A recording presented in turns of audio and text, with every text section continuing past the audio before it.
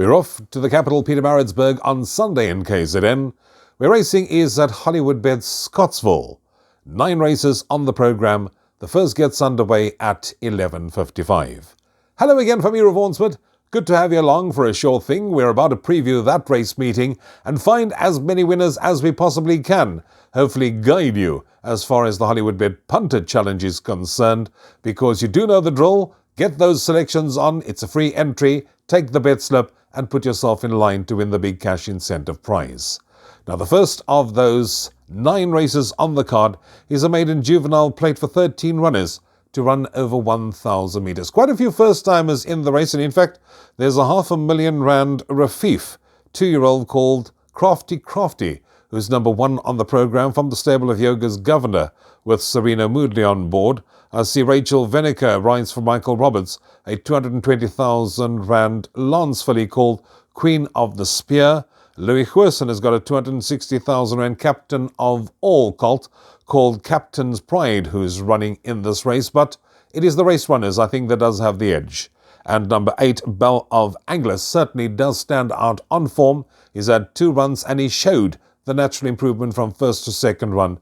Definitely the kind of horse that I will go for, and he's going to be my first choice selection, because third time at the races on Sunday, he should just about be ready and raring to go to unsettle in the number 1 box. So 8, Belle of Anglers to win the opener, ahead of number 10, Magical Sky, who was 4th on debut and should come on with the benefit of that run under the belt. And the same can be said for number 12, Savaris Princess, who should also show lots of natural improvement. So 8, 10, 12 and 1 are the numbers we're going with in the opener. Race 2 is the first leg of the bipot. It's a middle stakes, just 7 runners to contest race 2 on the card. And here I immediately sided with number 4, Ice Rain, when going through the runners, because Ice Rain, despite being slow away, ran on very strongly last time out, got up in the shadow of the post to win it, and that form line has been franked by a horse that finished way downfield called Wozanawe, who has subsequently come out and won. So with that form line having been franked, I do think that Ice Rain can make it back-to-back wins, and I'm going with that one to win the second, ahead of number 3, Broadway Girl, who also ran on last time out, and I do think this one can run into the money. For third, I'm going with number 6, Ginger Delight, and for fourth, I'm going with 5, African Beat, who should have a chance on previous form. So 4, 3, 6 and 5 are the numbers I'm going with in race number 2. We move on to the third race, which is the opening leg of the place accumulator. It's an open maiden with 10 runners to contest this 1,200 metre contest. And here are a couple that I made notes alongside. Number 1, Real War. I do think this horse has got a chance if repeating that penultimate run. 2, Long Street has moderate form, but does carry a nice handy galloping weight of 54.5 kilograms. But when I got to number 3, Good Living, I thought, right, this is the horse that looks just about ready to win. He's got solid form, in fact, finished second in his last 2 starts. This horse shows lots of pace, so he will show toe from the get-go and will be staying on where it matters most. And I do think that this horse can take the lion's share of the prize money for Paul Lafferty. So I'm going with 3, Good Living to win it, ahead of 9, The Golden Gull, who's also got solid form coming into this race. For third with number 5, Catavar, who does have a moneyed chance in this lineup, and fourth with number 1, Real War. 3, 9, 5, 1. That's the numbers I'm going with in race number 3. We move on to race 4, first leg of the pick 6, and that jumps at 13.40. And here we have a field of 15 runners to contest this maiden plate for 3-year-old fillies over 1,200 metres. Quite a few of them should show marked improvement, having had just 1, 2 or 3 runs under the belt. 2, Fantasy League. I thought that was a very improved run last time out when finishing third, but that was on the poly. Number 3, Princess Goldie, Dean Kannemeyer, Craig Zaki, they team up. This horse has got good form and is getting closer with each and every start.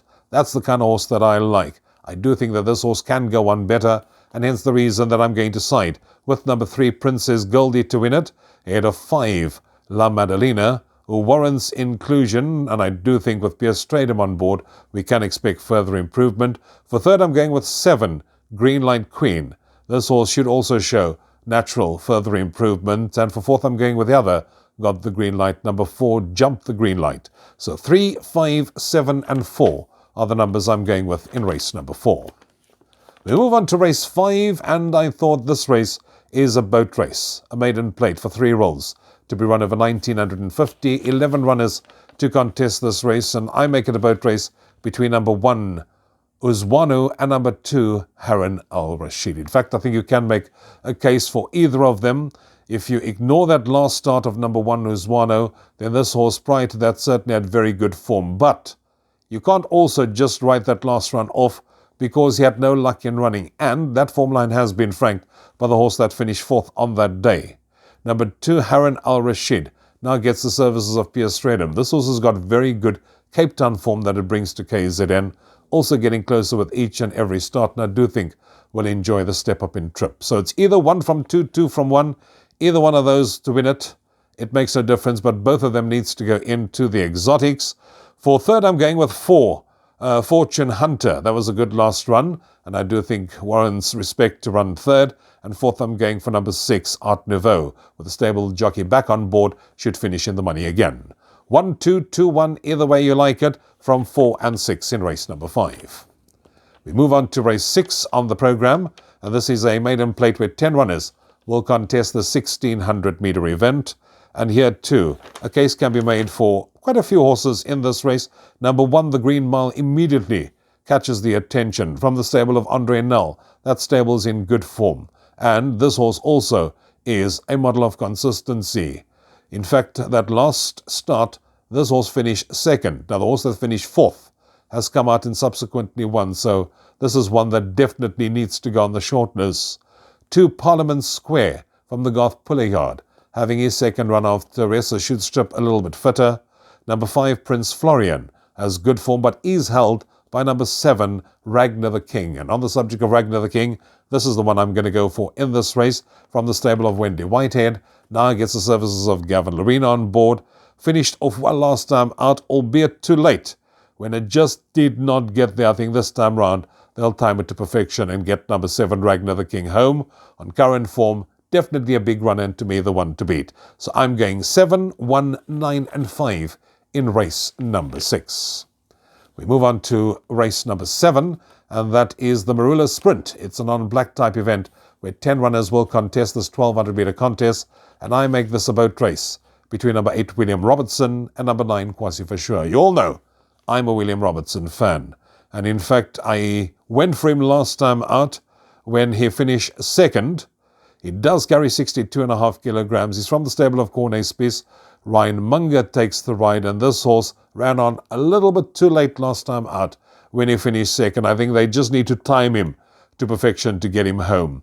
He had 4 runs on this track for 2 wins and 2 seconds, so you can see how ultra consistent he is. But number 9, Kwasi for sure, a case can be made for him as well. 62.5 kilograms from the stable of Peter Muscat.